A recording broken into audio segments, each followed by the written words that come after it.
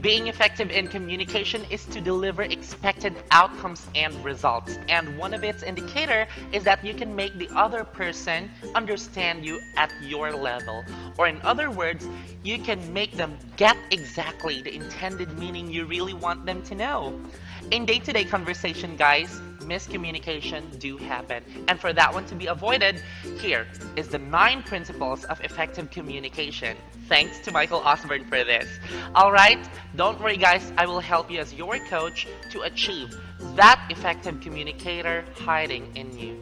Alright, now guys, this video is divided into 3 parts because I cannot congest all the 9 principles in just 10 minutes, and I want to have an in-depth discussion in each principle. Now, let's begin with the first. They say as an effective communicator, you have to observe clarity.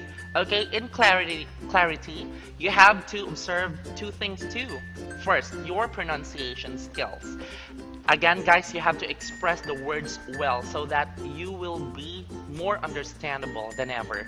Because if you are pronouncing words as if you are like eating something, like you are really not telling it well, that would result to a bad communication. Alright, so that's why I hold Drop Your Tongue Challenge to enhance your pronunciation skills, and I hope, guys, that you are participating for that. Alright, next is the expression of our idea or thoughts. We have to be clear in expressing our idea or thoughts, okay? It should not be hazy and it should not be vague. Alright, and for that one to be avoided, guys, you have to avoid the following things. First, avoid jargons. Jargons.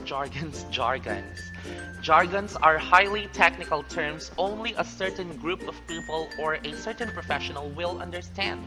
For example, the linguistic jargon of the term word is a morpheme or a lexicon.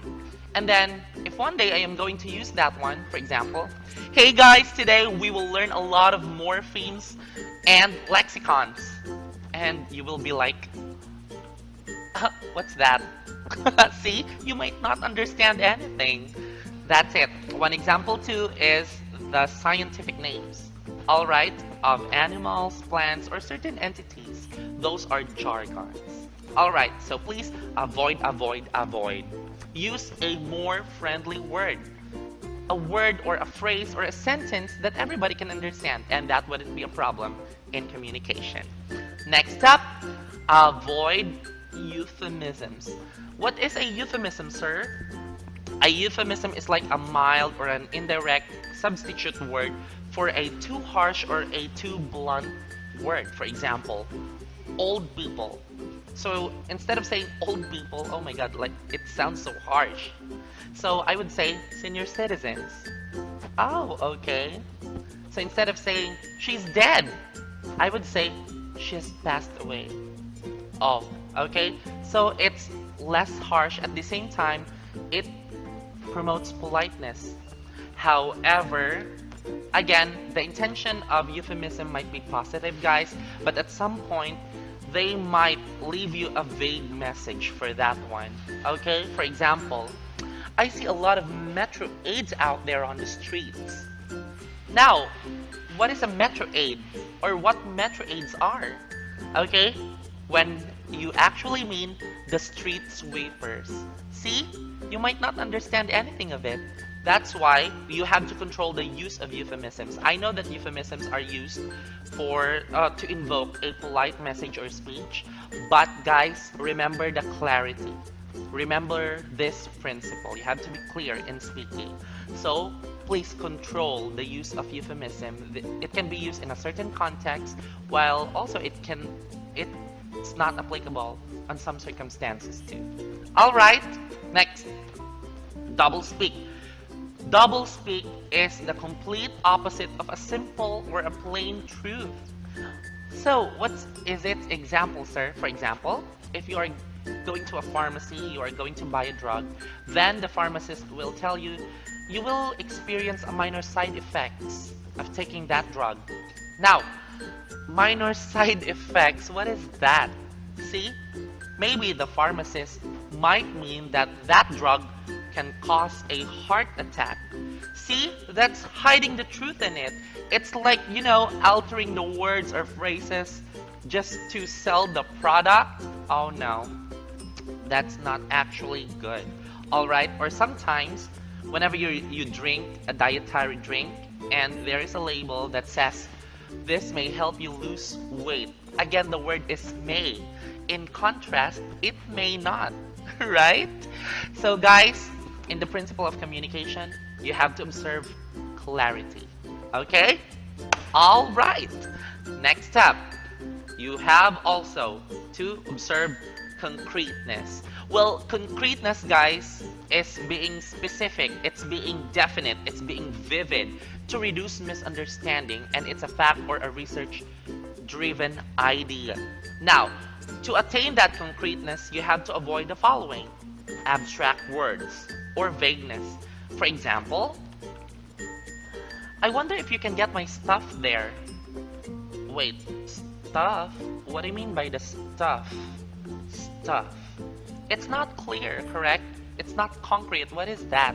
So to be concrete, you have to specify the thing. Okay, you have to be definite. I wonder if you can get my folder there. So see, it's much better this time, right? Okay, and also, if you're going to argue something, you have to make use of a fact or research-driven material. For example, according to DENR, there are a lot of trees that are being cut each year. Wait, how lot is a lot? How many is a lot? It's not clear, guys. It's not concrete.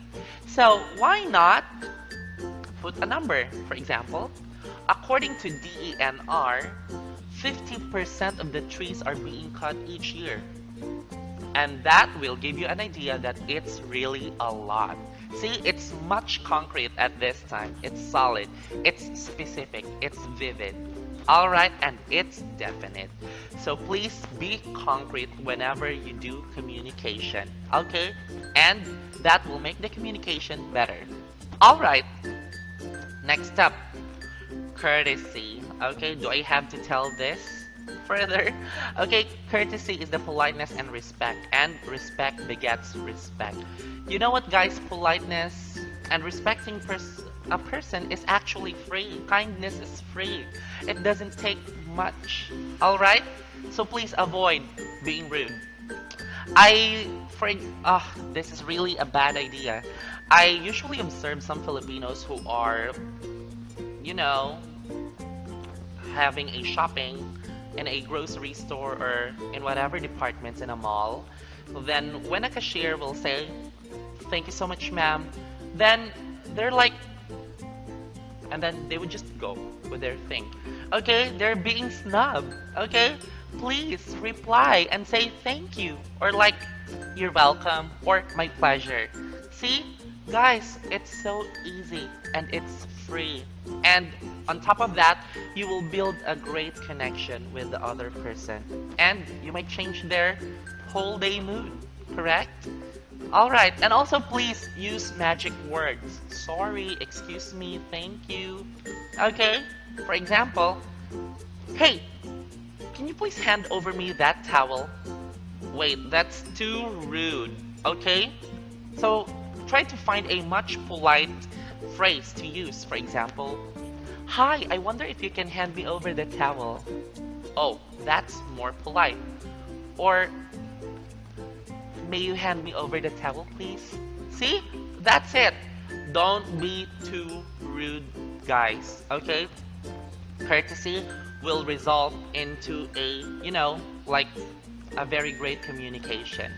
And please adjust your tone. Be friendly to anyone whom you are talking to, because you might not know they are experiencing a battle. Then if you are being too rude, you're adding to a burden that they are experiencing for a day. Alright, so again, guys, please remember to be clear in your communication, be concrete, and be courteous. Okay, so this ends our first part of the video. See you in my next video. Alright, bye!